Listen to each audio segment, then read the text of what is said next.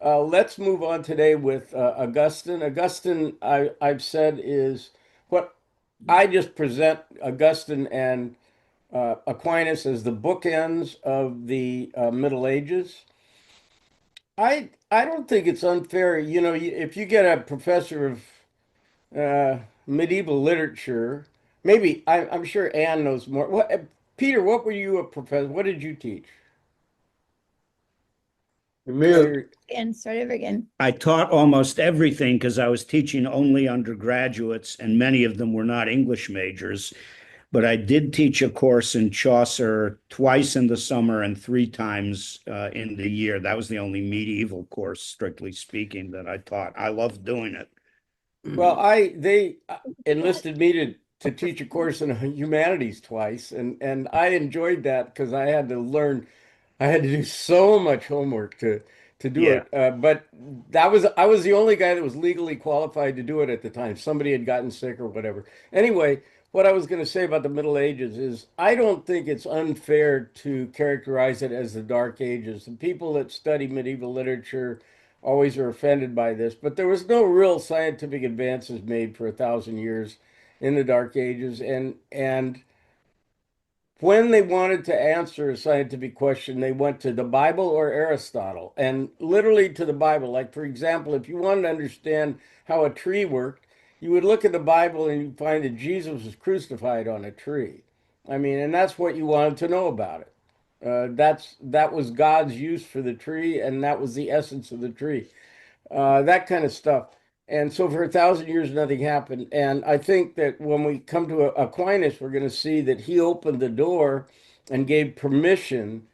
Now, again, just like last time talking about misogyny, this is not identifiable cause and effect kind of stuff where I can say Aquinas did this and therefore that's silly. But nevertheless, it was indicative, maybe a zeitgeist of a preparation for the Renaissance where the Greeks were rediscovered and so forth.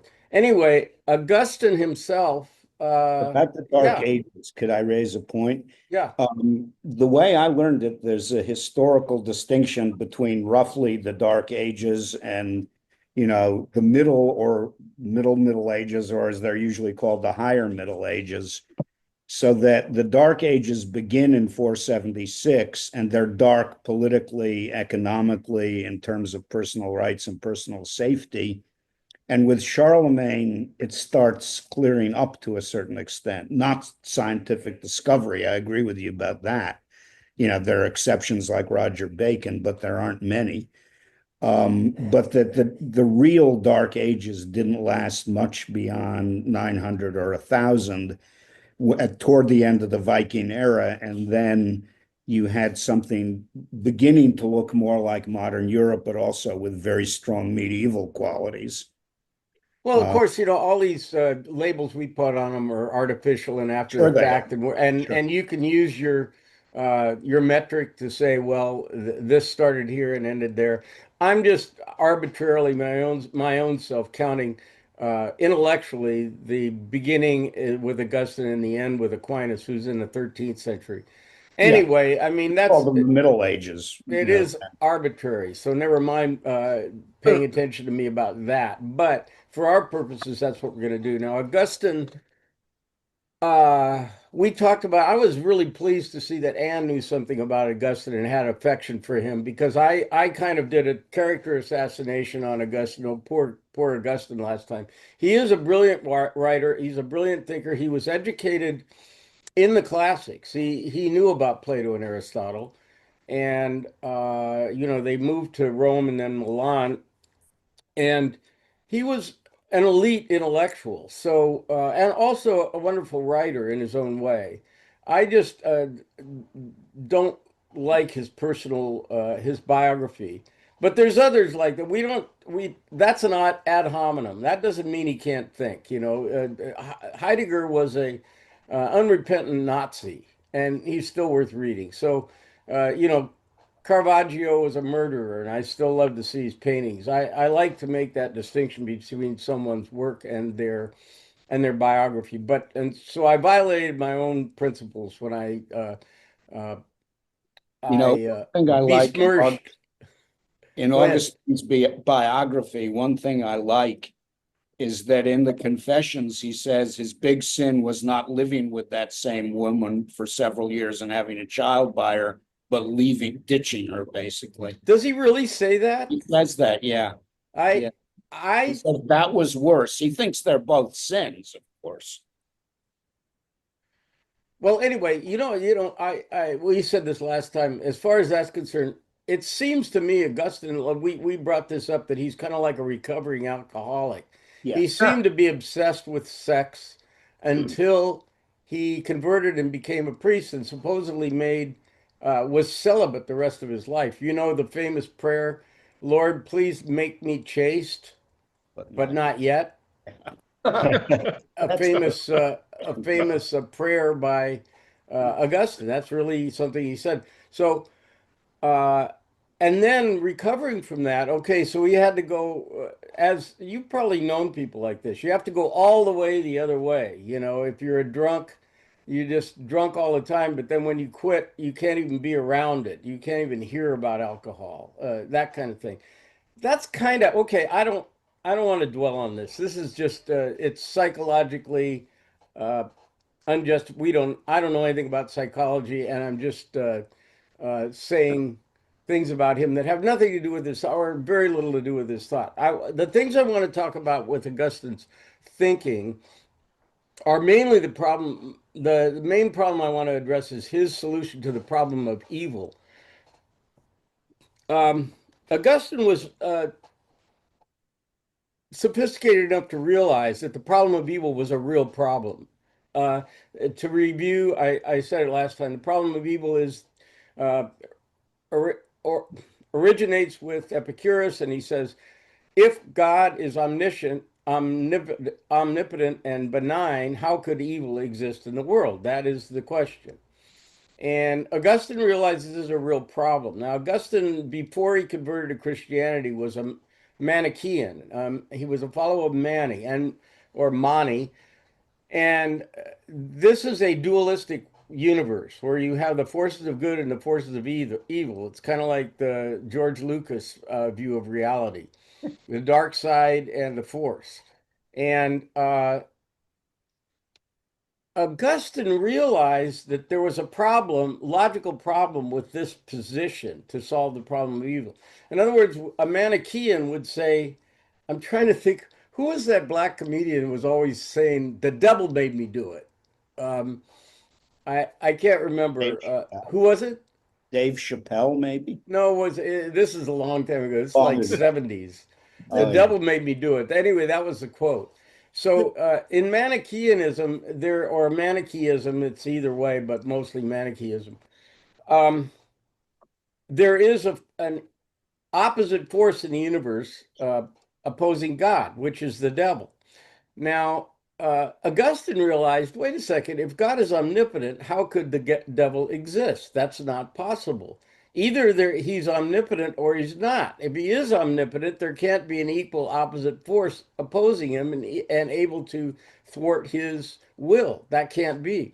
And if you notice in the beginning of the book of Job, the devil proposes. This is like, did you ever see that movie Trading Places with I think it wasn't it Steve Martin and it wasn't Steve Martin. Anyway, Trading Places is two stockbrokers say, I bet I could make this street guy, I think it was Eddie Murphy, into a first rate um, stockbroker, and we could Dan Aykroyd. We could take Dan Aykroyd and ruin his life. And so they did it. Just it was a dollar bet, and it was very much like Job talking to God. He says, "You got this servant Job you're bragging on. You think he's so good. I bet I could crack him." That's what basically the challenge is. And God says, "Okay, go for it." And so with God's permission, the devil just ruins Job's life. And of course, the story is Job doesn't crack and is proved to be a faithful servant. So that's the story of Job. Well, the point is the devil has to ask God's permission. And so uh, he doesn't act on his own to ruin Job's life. He discusses it with God, and God says, "Yeah, go for it." So um, the thing that Augustine realizes, you can't have both things. You can't have a devil if you have an omnipotent God. That just won't work. Uh, So this is called Manichaeism, and it's a heresy in the Catholic Church. The idea that the devil really exists. It's astonishing to most people, and I think still astonishing to me, that in Catholicism, the devil isn't a real thing, like a real force opposing God. And it's because of Augustine, who realized this is an illogical impossibility. Either God is the creator of the universe and the power over everything, or he's not. If he is, then there can't be an equal opposing force. So it's still to this day a heresy in the Catholic Church, I do believe, called Manichaeism. Uh, and when Augustine converted to Christianity, he had to account for this. Now, if you're going to be a Christian, you're not going to believe the devil's an equal opposite force. You have to come up with some other explanation. And another explanation that we came up with, and Peter was good enough to correct me on this, Pelagianism. Pelagius taught that the evil in the world is caused by uh, free will. Humans are the ones that act, and right from the get-go, in the Garden of Eden, the humans did not act according to God's will. And so all of the evil in the world is caused by human beings acting poorly. That is a Pelagianism. Well, Pelagianism runs up against the same logical problem that Manichaeism does, because if people are really free, then God doesn't control them. Either he controls them or he doesn't control them. Either he's omnipotent or he isn't omnipotent. And this is from Aristotle. Like I say, Augustine was sophisticated in philosophy.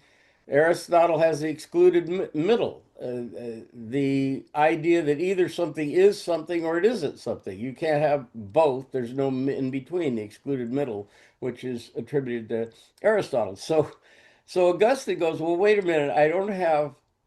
I can't blame it on people being free, and I can't blame it on the devil. How am I going to count for God's omniscience, omnipotence, and benevolence if I can't blame it on men and I can't blame it on the devil? It's a real problem. It's a real conundrum.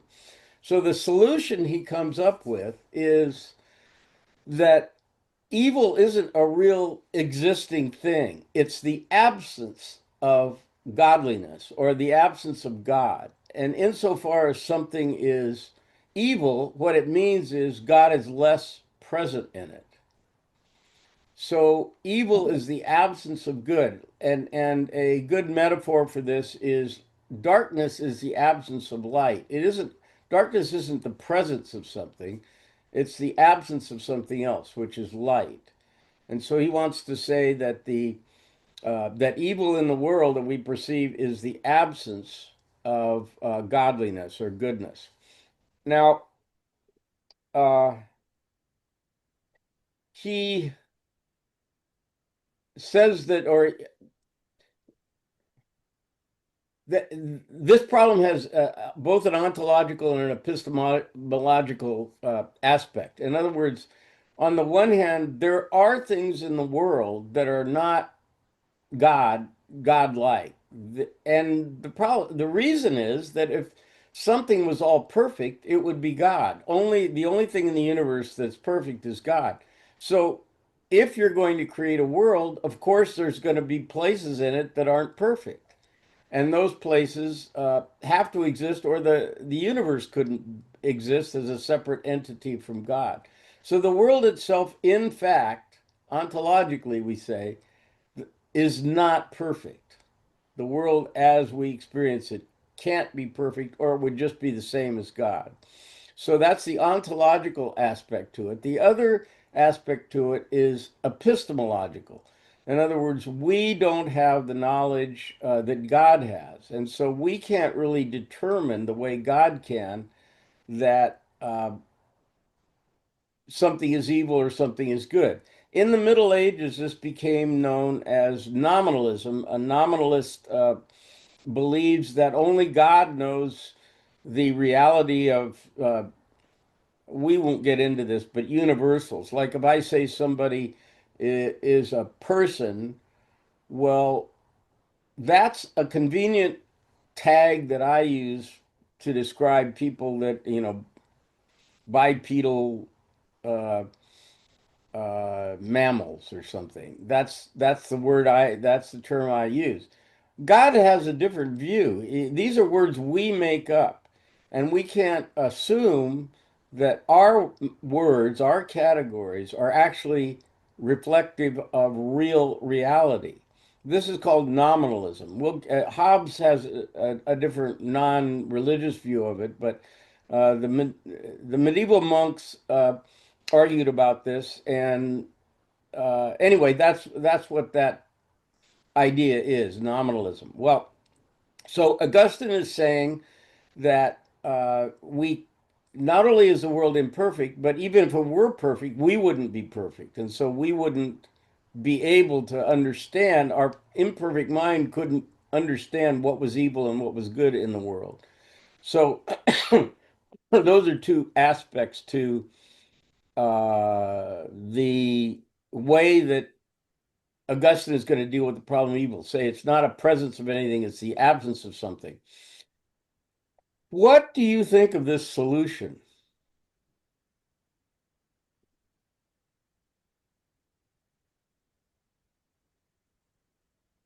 Does it satisfy you? Let me ask No, it. no, it does not satisfy me. But my philosophy professor, Rogers Albritton, basically said he thought that Augustine was confusing two traditions and mixing them up in a way that wasn't useful. That is the Platonic tradition, in which doing wrong is only ignorance. It can't be anything else, because if you knew, you would do the right thing. And basically the Pauline tradition, in which the evil that I would, I do, and the good that I would, I do not. And, the flesh lusteth against the spirit. He thought it was a very poor solution, partly because those two traditions were just incompatible. And he didn't take a side with either one of them. He was probably skeptical about both. I didn't quite agree. I thought, he taught Augustine very well, and I seemed to like Augustine's thinking better than he did. But I really can't accept it that there is nothing that is evil in a real or positive sense. I mean, some things just feel physical evil that you can't see otherwise, and moral evil that you can't see otherwise.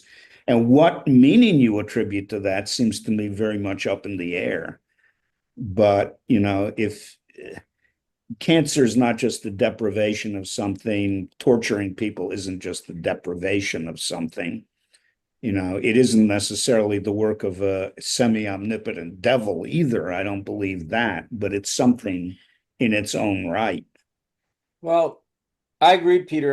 The way I put this is, look, jaywalking is the absence of good. Killing 6 million Jews is not the absence of good. Yeah. Yeah. It's just to use the same explanation for those two dynamics, those two things, is uh, stretching stretching the language beyond its bearing point. Meredith, did you have a want to say something? Oh, here's me. I'll say so. Yeah, I think that what has happened with this early Christianity is the problem of monotheism. The Christians painted themselves into a corner. They had to have an explanation for things, and so they said, "There's a God who's in charge of everything."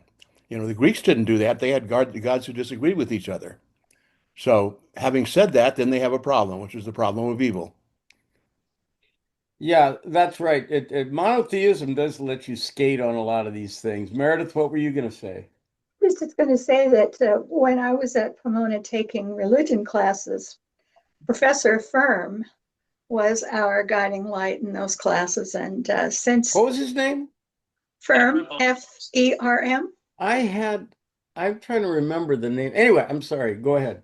well, I was just going to say that one thing we discussed in class was that the Holocaust, unless there was a countervailing evil to God's goodness, well, the Holocaust couldn't have happened. And we decided that what God did with things like the Holocaust was to test us. Could we survive that? Can we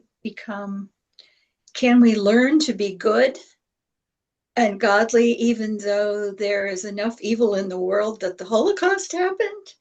And Well, it was tough. It let me was, read you what Augustine says about this problem. He he held that God's will can be affected through the evil will of man. And so let me here's a quote from the City of God, which is another his two greatest works are City of God and the Confessions. It says here, it is possible for a man with evil will to desire what God wills in his goodness. For example, if a bad son wishes his father to die, when this is also the will of God. For God accomplishes some of his purposes, which of course are all good, through the evil desires of wicked men. As wicked men make an evil use not only of evil but also of good things, so the righteous make good use not only of good but also of evil things. Um, I well, okay, that's word for word. That's right out of Augustine, and I'm not sure we're not in an area here where words have ceased to have any meaning. If you're going to bail on uh, if you're going to say that even when we think something is evil, it's actually good because we have faith in God and whatever is happening is obviously the will of God because he's omnipotent and it wouldn't have happened unless he willed it. It seems like you're abdicating any kind of ability to judge any moral situation. Uh, Correct me if I'm wrong here. How does that work? well, where we ended up was the evil in the world is a test. And God has put it there to test humans' ability to for forswear evil and work toward godliness. And basically, we have a lot of failures over time. Well, And try to there are give people that who believe that we're in a huge failure now because we're not tell paying any people attention that to climate change. lost their entire family in the Holocaust that this is just a test. That in the end, God will show us the evil of our ways. I mean, what Well, a lame answer that is. but Tony, this doesn't take into account any person's um, What's God suffering. for if He isn't for persons? Well, I think well, I Uh, don't want to let Gerald talk. okay, all right, Joe. Well, it just seems to me that this whole problem is fundamental. Once you decide you've got an omnipotent God, then you're stuck with problems that can't be solved. Yeah, I mean, my own bottom line is that there isn't any solution at all, and uh, none has been suggested. Augustine's is about the most clever one we have. Augustine's solution by saying it isn't a real thing; it's the absence of reality. That's pretty good. It's pretty clever. It's just it's not very satisfying, as Peter said, and so your only resort here is, as a Christian, is just to say, to bail out and say you have to have faith. And the justification for this in the tradition is Tertullian. Tertullian says, look, if you think you have to figure this out, you already don't have any faith. The very idea that you think you should make sense of this shows that you're a faithless jerk. That isn't his terminology. But that's essentially what he Way says. absurdum. credo Yeah, quod absurdum. I that's right. believe it I because it's believe because absurd. it's absurd. That's right, Peter. And he also says the resurrection of Jesus is certain because it's impossible. So Tertullian just just throws it in. He says, "No, no, you can't be expected to understand this. You're just a finite human being, and none of it makes sense. That's why faith is necessary. If you could explain it, you wouldn't have to have faith, right? If it made sense to you, there was faith would be irrelevant." Well, okay, but that also says, well, why is your view of faith right? Why can't I have faith in something? In other words, you're sort of saying, well, we picked this is God, but I only know it's God because I have faith in that. But I could have faith in this rock over here. As in other words, there's a certain amount of taking, kind of embracing something and saying, well, that's true, and just you're not smart enough to know that's true. I know. Does that make sense? Yeah, well, do you remember the youth pro where the idea is that Socrates says Socrates always portrays himself as willing to believe what Euthyphro tells him, but he doesn't understand. He can't both have faith in this and something that contradicts this, right? So that's Socrates' problem. He never says you're an idiot. I don't believe anything. He says, and then do you remember the problem of is it good because God wills it, or is it good in itself? And so, to your point, Neil, what if he says, what if God says tomorrow, the example I used was, it's righteous to torture kittens? Why can't God say that if he's omnipotent? If God's omnipotent, he commands what's good and evil, and anything he says is good. If you deny that, if you say, well, he wouldn't say anything was good that wasn't good, then what you're saying is God is not omnipotent. He doesn't control everything. There's a goodness that's outside of his domain, outside of his purview. So that problem with the Euthyphro is still with us with Augustine, and I don't think Augustine has resolved it. I'm afraid. I'd like to tell you, hey, he has, and everything is rainbows and unicorns, but I don't think he has successfully resolved it. The other thing I just want to mention with regard to Augustine is the problem of predestination. And Anne, didn't you have something you wanted to, didn't you mention something about time in Augustine last time? I'm chewing ice. We Oh eat when no. we're in food. We eat when it comes.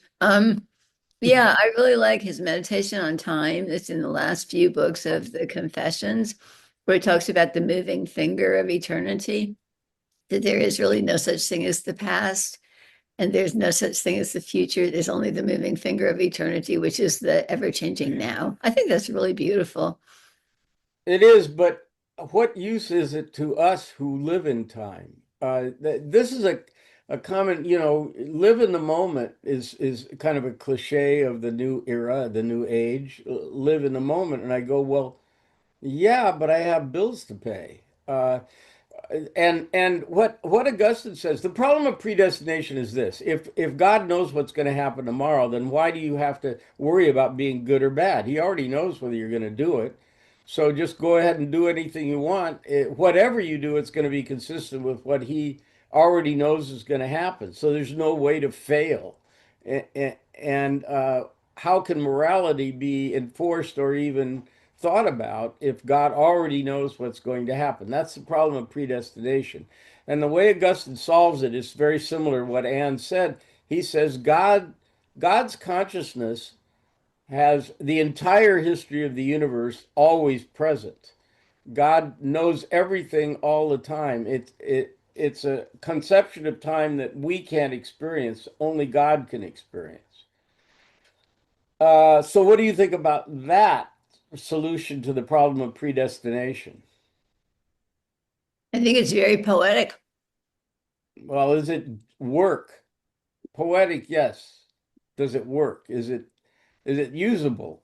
Is it useful to you? Well, I'm not a philosopher. Yes, you are. You're everybody here is a philosopher. So You'd Don't be surprised. don't try to bail on us. I don't believe in predestination, so it's not useful to me because I don't believe in predestination. Yeah, but then you're saying that God is not omniscient. Here. That's a problem. Well, I mean, Ba- isn't there a version of omniscient that applies only to the present and the past? I don't think You so. I know, don't think if you're God, you can just only be conscious of or aware of the past and the present. Uh, the I don't, funny thing is, though, that because omni means all. Well, people don't. Oh, all implies things that exist, not things that don't exist yet. it's a Okay. paradox in history, though, that people who believe in predestination, from the followers of Augustine, Calvin, Lutheran, through to Marxists and scientific rationalists, you could call them, even if they believe that everything is determined and there is no free will, seem to tend to be more dynamic than other people who believe in free will, as I do. They are in some way, some of them anyway, inspired to do all sorts of things, good and bad, by a deterministic philosophy. I don't quite get the psychology of it, but it just seems to be true.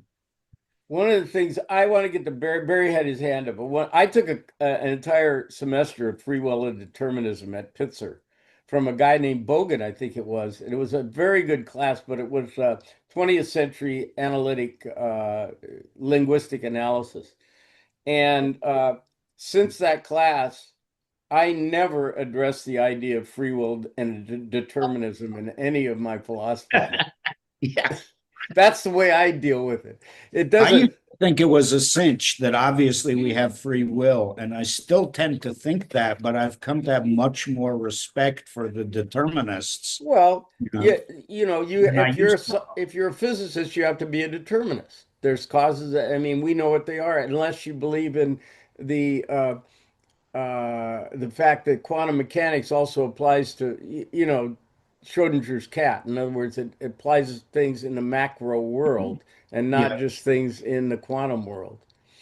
I'm sorry, I was gonna ask Barry to talk and then I interrupted.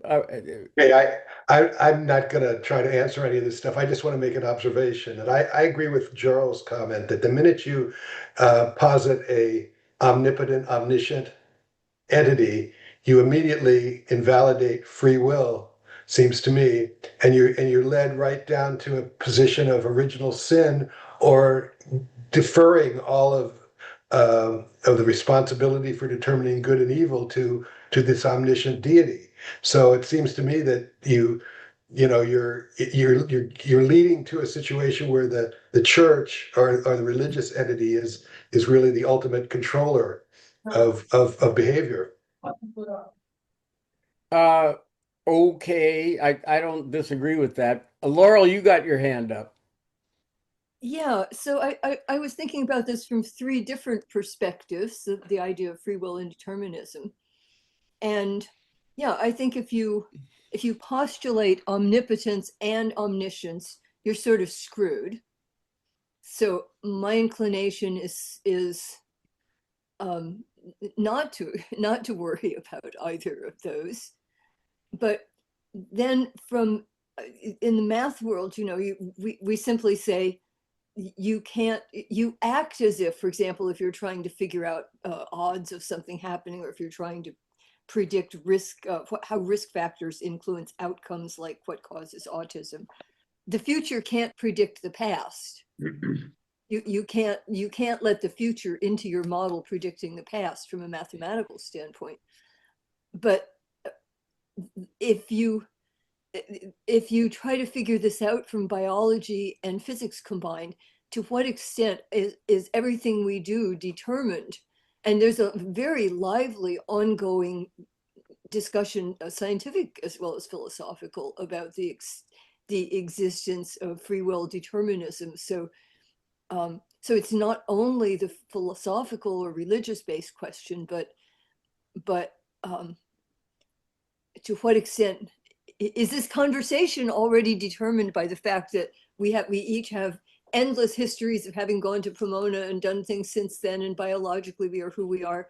And is everything that you are going to say in response, Tony, already determined? So you might as well not bother saying it, because Right. we already know what it's going to be. But I think it's a tough question. And one of the questions I have in response is, why do we actually need an answer to it? If you still have to act and decide what you're going to do next, whether it is determined and you just feel as if it isn't determined, you still got to act. Well, there are, like I say, I took an entire semester on this, so it's not a lot like we're going to resolve this today, but I identify with your solution, which is why I said I don't teach it in my class. Brian, are you here? Do you have your hand up? Because we can't see you. I'm hiding, but I'm here. Okay. And I, because I'm not put together Oh, appropriately. oh heavens.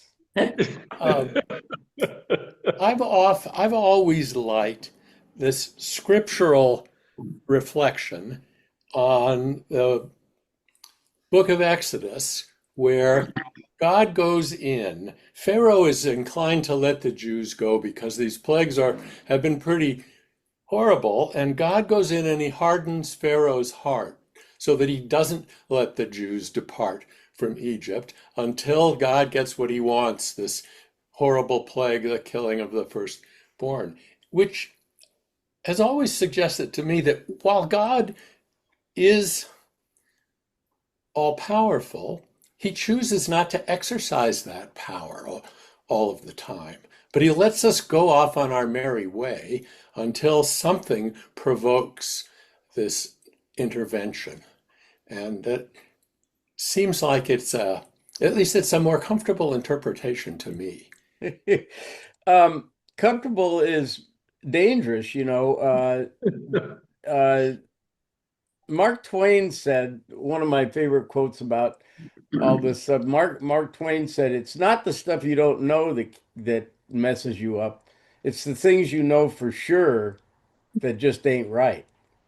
Uh, that's Mark Twain. Nietzsche said it in a much more blowhard way, but I like Mark Twain's version.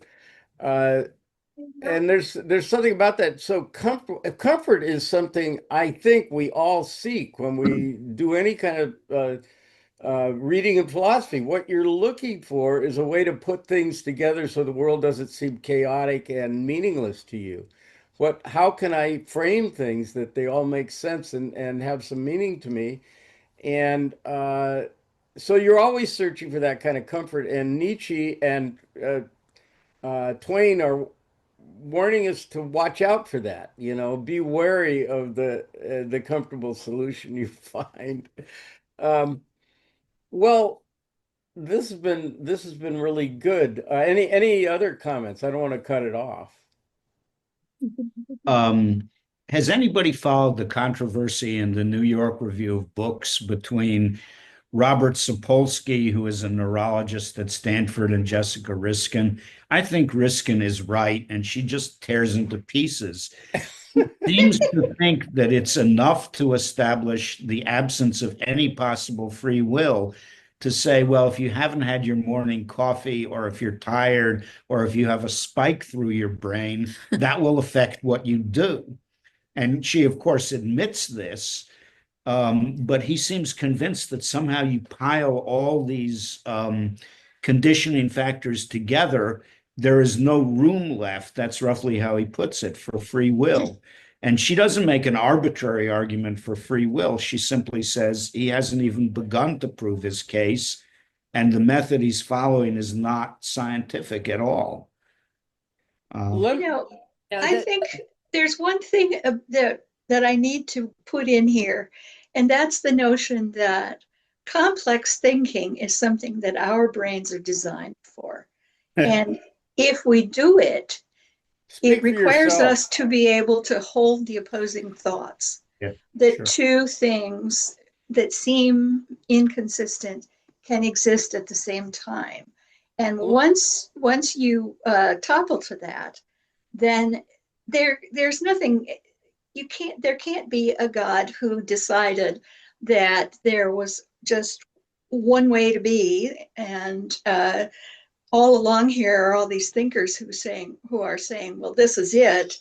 Well, because because there is complexity in both nature and in our brain.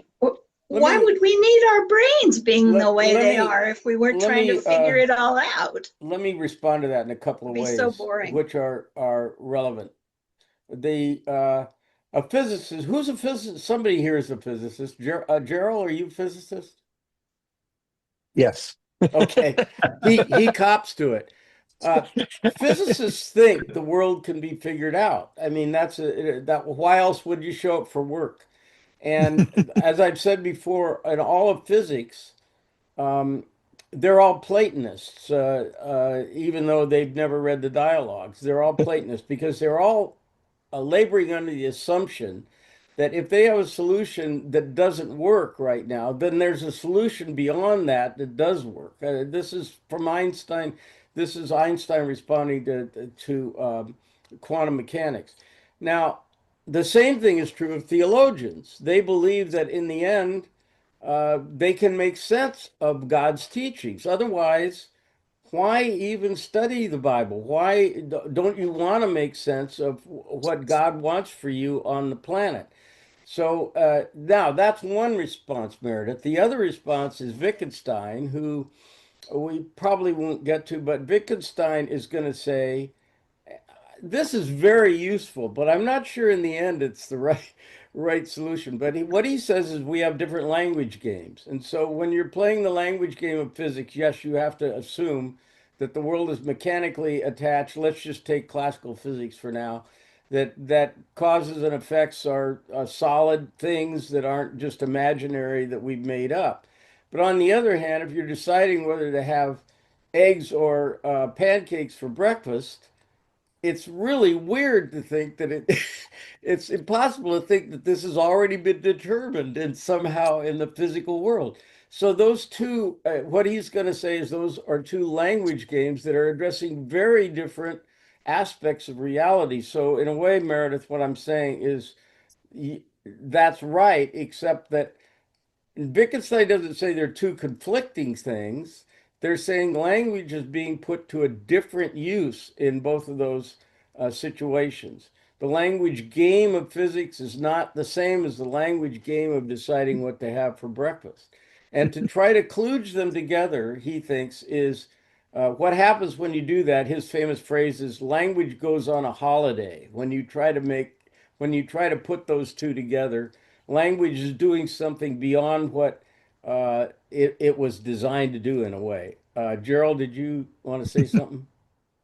Well, I guess one thing I would say from the physics point of view is, in physics, you work problems using different models. And for most of the world, I'm going to sit here and do Newtonian physics and da da da, and things work like this, knowing that there's complexity outside that. But the piece that you work with can be a description. And I would say free will is a good description, per Meredith's thing, is what's going on in your brain. You do make these decisions. You are an entity, even though, if you really want to get to it, well, where's the boundary of the person and blah, blah. You work with this concept of a person, and that person is, has got free will. They're going to make decisions, and life's going to go on, and that is a useful model. And trying to tie it back to quantum mechanics just doesn't get you anywhere. Carol, I love that explanation. I think that's a very good description. That's a little bit what I was trying to say, but much better phrased. There's a lovely critique, or many critiques, but a very nice one of Sapolsky's arguments against free will and very deterministic by the fact that apparently a lot of the studies he relied on, he claimed that there's a scientific foundation for determinism and social priming and all sorts of things. Well, apparently a lot of those studies are discredited, can't be replicated. So the working description of what happens is, I think, in line with the statistics philosophy that I think goes back to well, I won't go anyway. That all models are wrong, but some models are useful. Yeah. And the model that says that we have free will, you are going to make a decision, try to make one that's kind and thoughtful and caring for us, for other people in the world around us, is a useful model. Mhm. Uh, I raised this, Barry, just a second. I raised this kind of issue to, I think I must have told you this, the Lawrence Livermore physicist that I was hiking with, and I raised these kind of issues with him, and he would always say, Laurel, to your point, well, we don't care about that. We have models that work and they're efficient and they get done. They help us resolve the problems we have. And beyond that, I'm not going to ask any silly questions. That's basically what he just blew me off with. Barry, you were going to say something? I, I was just going to remark that this free will determinism thing, it harkens to me back to this question about artificial intelligence and Oh, the large language models, because they are essentially epitomized determinism. In other words, there's nothing new and original out there. No matter what you want to know about, I can give you a semblance of that through what already exists. So there's no real free will involved. But that can be true within, and I agree with Gerald, that can be true within a certain sphere of knowledge, but it doesn't encompass everything. And so as a result, artificial intelligence, no, even though it can give a very good semblance of original thinking, can never really truly be original thinking. And there's always an opportunity, in fact, a necessity to think beyond that. It goes back to responsibility too. Free will uh, implies personal responsibility for your actions. And the religious thinking, the church doesn't want, they want to absolve you of that responsibility by saying all you have to do is follow the doctrines that I put forth as the church. I'd like to follow up on that. Uh, it seems to me that if you approach the question of free will and determinism from the goal of trying to understand to what extent is everything predictable, then I think it's a really interesting question. But if you approach it from the context of a mythology, um, then it loses all interest to me. I mean, if He say if mythology. we have a mythology about one God and a Garden of Eden and an omniscient deity and stuff, if we have to frame our understandings within that mythology, then I think we're just captivated by a very arbitrary mythology that has no reason to be believed or given any credibility at all. Just as, you have Plato and Aristotle having to deal with their own mythology, the predominant mythology of the day, that we have multiple deities and they're playing a role in human existence and stuff. If you have to justify and take those what seem to me absurdities into account, you're not really, it's just not interesting to me. It's like, okay, uh, Aquinas is, well, we haven't talked about Aquinas, but Augustine is starting from a mythology of Christianity and deity, and he's trying to argue within that. He can never say anything that's meaningful or sensible if he has to start with that fundamental assumption that there's a God. there you go. Uh, well said, Alan. So I think I may be wrong here, but I think we've reached a state of aporia. Can I say that? In this dialogue that we're having with one another, we don't have a resolution to either of these problems, the problem of evil, or the problem of predestination. And that's the way it should be, as far as I'm concerned. I used to tell my classes, if you do all your work properly, and are diligent about the readings, at the end of the semester, you'll know way less than you do right now. Uh, and that's how it's going to work. I'm sorry. So I know that the thing to take away from this for me is I don't think there is any viable solution to either of those problems. There's ways around them, and if you really want to, even the Catholic Church, by the way, nowadays, we're going to get to this later, but it has a. Anne, are you familiar with the term magisterium? Okay, well, the Catholic Church has taken the position, and this is all fallout from the Galileo decision, that it has its magisterium, which is area of authority. That's what it means. Area of authority does not include science. It includes only value, and this also comes from Hume. I think it's a mature position, so they're not going to try to get into an argument about what's true in quantum mechanics. I think that's right now the official position of the Catholic Church, but they will say that you shouldn't kill somebody or something like that. You know, they'll take moral positions, and we'll revisit this again when we get to Hume. But in other words, they've well, okay. I'll table that until we get to Aquinas because Aquinas does try to make sense of everything. That's his whole program. And so we'll get to him next time. Any other stuff? Oh, I wanted to one question. How many of you actually have looked at any of the videos? And if among those, do you have a preference for the gallery or the speaker view? I have a preference for the gallery. Who was that? This was the Invisible Brian.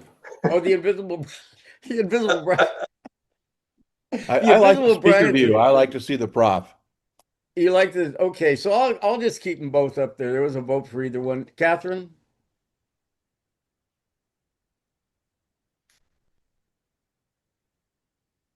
I vote for the gallery. gallery. Yeah, I'm always looking at all you guys. I I don't use the speaker view. I guess that would just be myself. Um, Yeah, I use the speaker version of it. Just it sort of reproduces the experience that I didn't get to see. right. The kind of it's nice to have the vibe of everybody. Yeah. Meredith's got a chat comment that she says holding opposing thoughts is demonstrated by Laurel's example. Um, and what I said about Wittgenstein, he just frames it differently from Meredith. That doesn't mean it's opposing Meredith. It's just he frames it differently by saying language always has a use. It's something we're trying to accomplish, and it's inappropriate to adopt the rules of one what he calls language game in another language game, and that's the best I could do to deal with free will and determinism. Well, Uh, Laurel said something really great. She said, all models are wrong, but some are useful.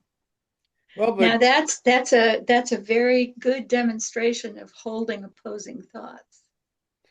uh, I mean, you can admit that all models are wrong and still, and actually Gerald said something like that. And in physics, you're working with the ones right in front of you that you know you can manipulate and come up with answers to problems, even though there's a lot of fuzz around the outside that you're not going to continue to think about.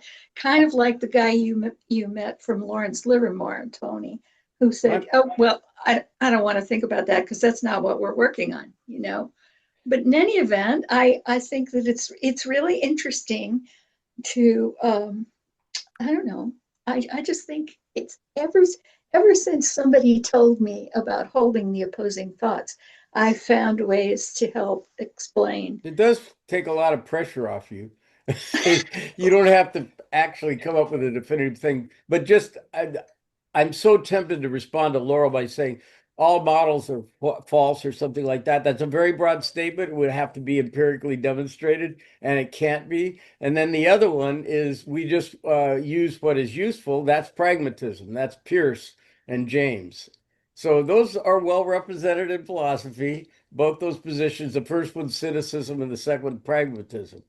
Like uh, my commentary on Ayn Rand was that it appears that she's never read any philosophy. She completely ignores the fact that all of the things she says have been well covered by previous philosophers. That she seems to think she made all these problems up.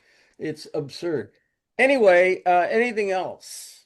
I just wanted to add that this, of course, is George Box's statement, but in my world in medical research, you need to be very careful about what question you're trying to answer and be accurate enough to get an answer that's useful while retaining the knowledge that there are potentially a lot of other explanations for what you're doing.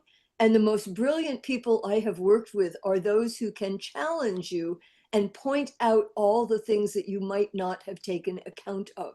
And that's it. It's like the Socrates of your And profession. teaching that has been one of the joys of my life, is bringing classes together at the stage where they're trying to learn how to think like that. And at the moment, I'm particularly grateful because my cardiologist is a veteran of exactly one of those classes and has gone on to apply it in cardiology, including to my own personal little heart. My personal little heart. So, Maybe your heart Yeah, isn't I'd, that I'd little, pitch in Laurel. for just an irony of the day. All models is wrong. Isn't that a model? Yeah, I was going to say, it's like saying there is no truth. Barry, Yeah, this kind of brings to mind something I thought about earlier, and I want to just share an experience. Since this class has begun, I have noticed several times, and I suspect many of you have too, that I'm noticing things in other things I'm reading that are totally unrelated to philosophy that harken back to some of this information we've been getting through these discussions. And I happened to notice one the other day that I want to share with you. I was reading an article in the New Yorker, oddly, about Barry Diller, who's a media mogul executive, who's kind of well known for starting with the home shopping network and pioneering the movie of the week and all this. And I'm just going to quote from this article. Similarly, Diller writes proudly of his hatred of research and data-driven decision-making, and of his love of spirited communal debate, of wanting to tear an idea up and down and yank it every way imaginable to find its essence, to see if it could survive such a tough Socratic process. He goes on. We regularly held encounter sessions with our development executives where we would go past exhaustion trying to eke out new ideas that we could then assign to writers. I mean, I thought that was interesting that here's this guy, this modern media mogul, who's using Socratic method to determine which projects are worthy of development and green lighting. But there's been several of these cases where I'm finding these ideas present in completely interesting and different milieu. I McAtee has left us, and he said it's just not his. What was it? It's not his thing. It was he used a different word, but uh, and I was thinking McAtee. That I always say this to my students too. Philosophy is not something you're just not interested in. You do it every day, whether you study these guys or not. You're still going to be doing it. It's part of your life. So it's not surprising to me, Barry, that you find echoes of what we're talking about. As we go through the semester, every problem that we address is going to be something that is inescapable as being a human being. You can't just walk away from it. Well, you can ignore it, and drinking is a good avenue for that. But but otherwise, you're going to run into it. All right, guys. It's always a highlight of my week to meet with you guys. And next time we're going to uh, go right into Aquinas. And we are moving really quickly through, well, it may not seem like that to you, but we can't spend a lot of time. Augustine, all these guys are worth, years of study, really, and we can't do that. But I hope we cover the high points, and that's what we'll do next time with Aquinas. We're particularly going to address two things. One is the idea of natural law, which is how the Catholic Church derives all of its rules about sexuality, and that comes from Thomas Aquinas, which comes from Aristotle. And then the second thing we're going to address is his famous 5 ways for proving the existence of God to people who he it's called natural religion because he's not going to use anything in the Bible. He's not going to use any miracles or revelations or anything like that. He's going to try to teach you or prove to you the existence of God by using just the methodology of philosophy. In other words, observation and logic. And he thinks he can do that. We're going to see if he's successful next time. All right, guys. Lovely to Thank see you, you. Tony. Thank you, Lovely to see everybody. you Thanks, as Tony. always. Bye all. See you next Thanks, time. Tony. See you next time. Bye. Bye bye. Right?